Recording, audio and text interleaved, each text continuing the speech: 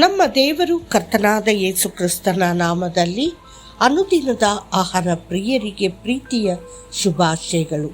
2025 April ತಿಂಗಳ 26ನೇ ತಾರೀಕಿನ ಶನಿವಾರದ ದೇವರ ವಾಕ್ಯವು, ನಿದ್ದೆ ಮಾಡದ ದೇವರು, ನಿನ್ನನ್ನು ಕಾಪಾಡುವವನು ನಿದ್ರಿಸುವುದಿಲ್ಲ, ಇಸ್ರೇಲನ್ನು ಕಾಪಾಡುವವನು ತೂಕಡಿಸುವುದಿಲ್ಲ. ಕೀರ್ತನೆಗಳು 121, 3 ಮತ್ತು 4. ನಮ್ಮನ್ನು ಎಂದಿಗೂ ನಿದ್ರಿಸದೆ ಅಥವಾ ನೋಡಿಕೊಳ್ಳುವ ಪ್ರೀತಿಯ ದೇವರು ನಮಗಿದ್ದಾನೆ. ಆತನು ನಮ್ಮ ರಕ್ಷಕ ಮತ್ತು ನಮ್ಮ ವಿಮೋಚಕ. ನಿಮ್ಮನ್ನು ಮುಟ್ಟುವವನು ತನ್ನ ಕಣ್ಣುಗುಡ್ಡೆಯನ್ನು ಮುಟ್ಟುತ್ತಾನೆ ಎಂದು ಅವನು ವಾಗ್ದಾನ ಮಾಡಿದ್ದಾನೆ. ಜಕರ್ಯ 2:8. ಹಗಲಿನಲ್ಲಿ ಸೂರ್ಯನಾಗಲಿ ರಾತ್ರಿಯಲ್ಲಿ ಚಂದ್ರನಾಗಲಿ ನಮಗೆ ಹಾನಿ ಮಾಡುವುದಿಲ್ಲ ಎಂದು ಆತನು ನಮಗೆ ಭರವಸೆ ನೀಡುತ್ತಾನೆ. ಕೀರ್ತನೆಗಳು 121:6. ಆದ್ದರಿಂದ ನಾವು ತೊಂದರೆಗೊಳಗಾಗುವ ಅಗತ್ಯವಿಲ್ಲ ಅಥವಾ ಭಯಪಡುವ ಅಗತ್ಯವಿಲ್ಲ. ನಾವು ಆತನ ಸಮ್ಮುಖದಲ್ಲಿ ಸುರಕ್ಷಿತವಾಗಿ ವಿಶ್ರಾಂತಿಯನ್ನು ಪಡೆಯಬಹುದು. ನಮ್ಮ ಎಲ್ಲ ಹೊರೆಗಳನ್ನು ಆತನಿಗೆ ವಹಿಸಬಹುದು.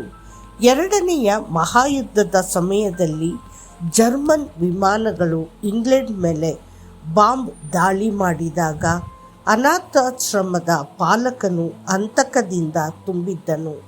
ಮಕ್ಕಳ ಸುರಕ್ಷತೆಗಾಗಿ ಭಯದಿಂದ ಪ್ರತಿಯೊಂದು ರಾತ್ರಿ ಎಚ್ಚರವಾಗಿರುತ್ತಿದ್ದನು.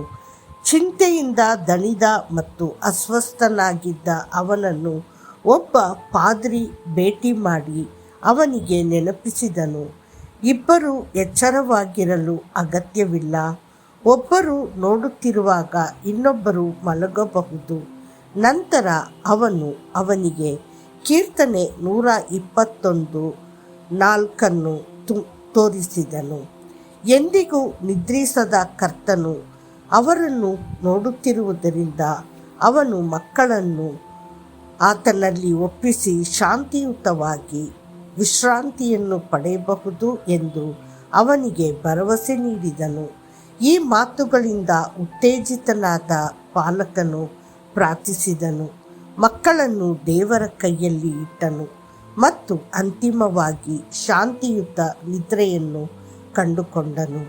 ಇದಕ್ಕೆ ವ್ಯತಿರಿಕ್ತವಾಗಿ ಎಲಿಯನು ಕಾರ್ಮೆಲ್ ಪರ್ವತದ ಮೇಲೆ ಬಾಳನ ಪ್ರವಾದಿಗಳನ್ನು ಅಪಹಾಸ್ಯ ಮಾಡಿದಾಗ ಅವನು ಅವರನ್ನು ಕೆಣಕುತ್ತಾ ಗಟ್ಟಿಯಾಗಿ ಕೂಗಿರಿ, ಏಕೆಂದರೆ ಅವನು ಒಬ್ಬ ದೇವರು, ಅವನು ಧ್ಯಾನ ಮಾಡುತ್ತಿದ್ದಾನೆ ಅಥವಾ ಅವನು ಕಾರ್ಯನಿರತನಾಗಿದ್ದಾನೆ ಅಥವಾ ಅವನು ಪ್ರಯಾಣದಲ್ಲಿದ್ದಾನೆ, ಬಹುಶಃ ಅವನು ನಿದ್ರಿಸುತ್ತಿದ್ದಾನೆ ಮತ್ತು ಅವನನ್ನು ಎಚ್ಚರಗೊಳಿಸಬೇಕು ಎಂದು ಹೇಳಿದನು. 1 ಅರಸುಗಳು 18:27. ಪ್ರಾಚೀನ ಕಾಲದಿಂದಲೂ ಜನರನ್ನು ನಿದ್ರಿಸುವ ದೇವರುಗಳನ್ನು ಕಲ್ಪಿಸಿಕೊಂಡಿದ್ದಾರೆ. ಇಂದಿಗೂ ಅನೇಕ ದೇಶಗಳಲ್ಲಿ ಹೊರಗಿಕೊಂಡು ನಿದ್ರಿಸುತ್ತಿರುವ ಬುದ್ಧನ ಪ್ರತಿಮೆಗಳನ್ನು ಕಾಣಬಹುದು. ಆದರೆ ನಮ್ಮ ಕರ್ತನು ವಿಭಿನ್ನ. ಅವನು ಎಂದಿಗೂ ನಿದ್ರಿಸುವುದಿಲ್ಲ ಅಥವಾ ತೂಕಡಿಸುವುದಿಲ್ಲ.